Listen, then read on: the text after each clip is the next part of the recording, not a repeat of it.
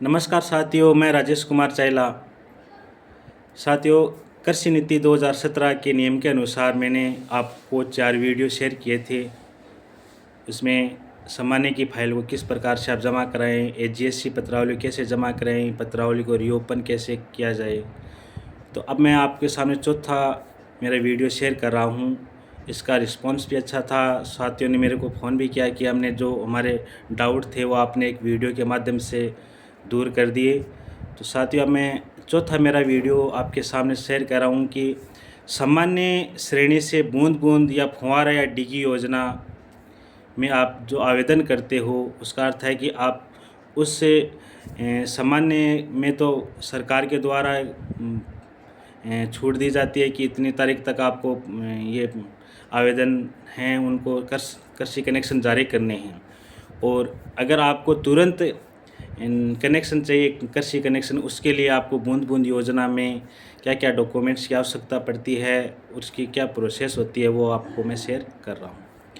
साथियों, मैंने बताया था कि आप सामान्य फाइल पत्रावली जमा कराओ, यानी मैंने इन पत्रावली में क्या क्या डॉक्यूमेंट्स लगते हैं, उसकी क्या प्रोसेस होती है, उसका मैंने वीडियो आपको शेयर कर दिया था। तो मेरा पिछला वीडियो आप देख सकते हो इसमें।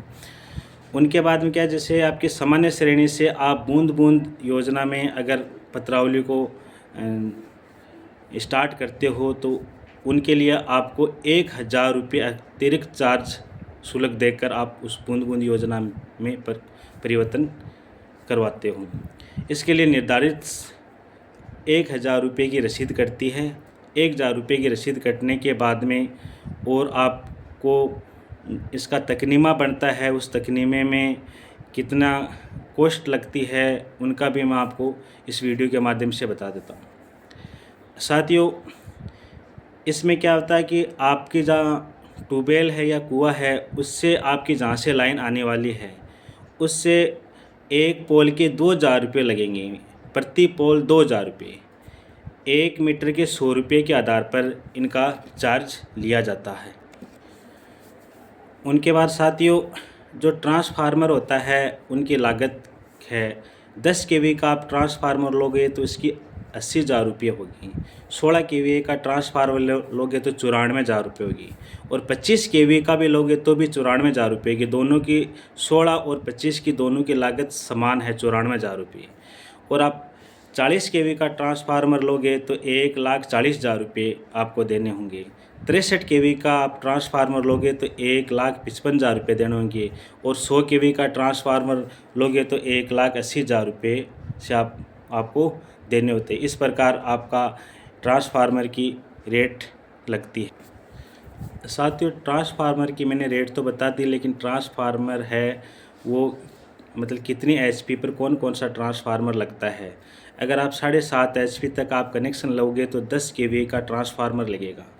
अगर आप 7.5 से अधिक और 12.5 एचपी तक आप ट्रांसफार्मर लोगे तो उसका 16 केवी का ट्रांसफार्मर आपके लगेगा।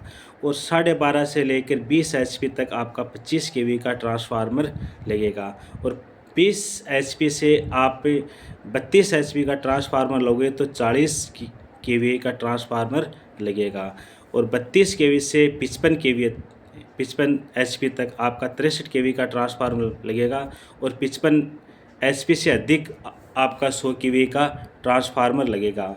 मैंने रेट बताई। अब मैंने ये भी बता दिया आपको कितने एचपी पे कौन सा ट्रांसफर आपकी लागत मूल्य में आएगा। इस प्रकार से साथियों, आपको वहाँ पर जेन स्टेटमेंट के आधार पर आपको इस प्रकार से आपको चार्ज जमा करवाना है कि आपने कितने एचपी का ट्रांसफार्मर लिया। और अब आप जितना एचपी का ट्रांसफार्मर लोगे उसमें आप सिक्योरिटी जमा होगी।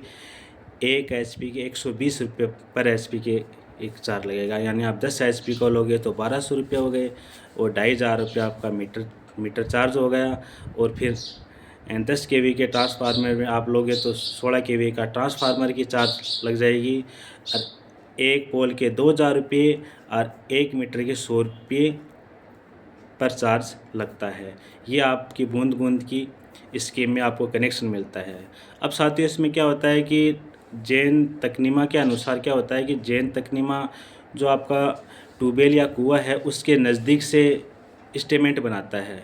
अगर आप चाहो तो अगर कोई विवाद हो ये हो तो आप चाहो तो जैन साहब आए तो उन पर आप एप्लीकेशन दे सकते हो कि सर ये मेरा एस्टीमेट है, इस प्रकार से बनाया जाए, जो लागत होगी उसको मैं पूर्ण बयान कर दूंगा। तो आप एप्लीकेशन के माध्यम के बाद में अगर जैन एस्टीमेट बनाता है तो आप जहाँ चाहते हो वहाँ पे आपका एस्टीमेट बन जाता है। और बनने के बाद में आप राशि अगर जमा करा दे तो वही आपको बूंद बूंद योजना में आपने आवेदन किया, आपका डिमांड नोटिस जारी हो जाता है। डिमांड नोटिस 90 दिन में आप जमा करवा देते हो तो उसकी प्रायोरिटी बन जाती है। मान लो 40 आदमी ने हज़ार रुपये की रसीद कटाई और फिर 40 आदमी का हमने डिमांड नोटिस जारी कर दिया। डिमांड नोटिस आपने जारी कर दिया तो पहले जो आदमी पैसे जमा कराता है 90 दिन से पहले उसकी टॉप प्रायोरिटी चली जाती है। जैसे 1000 रुपये की रसीद कटती है उसकी प्रायोरिटी चली जाती है। फिर आपने डिमांड जारी कर दिया तो डिमांड नोटिस जारी होने के बाद जो पहले जमा कराता है उसकी टॉप प्रायोरिटी बढ़ती जाती है। फिर इस प्रकार से विभाग के द्वारा उनका कनेक्शन किया जाता है। बूंद बूंद में अगर आप कनेक्शन लेते हो तो आपको 3 साल बाद में आपको सामान्य में आपका बिल कन्वर्ट हो सकता है। 3 साल पहले यानी आपको 18 बिल जमा कराने के बाद ही आपका सामान्य श्रेणी में आपका बिल आएगा।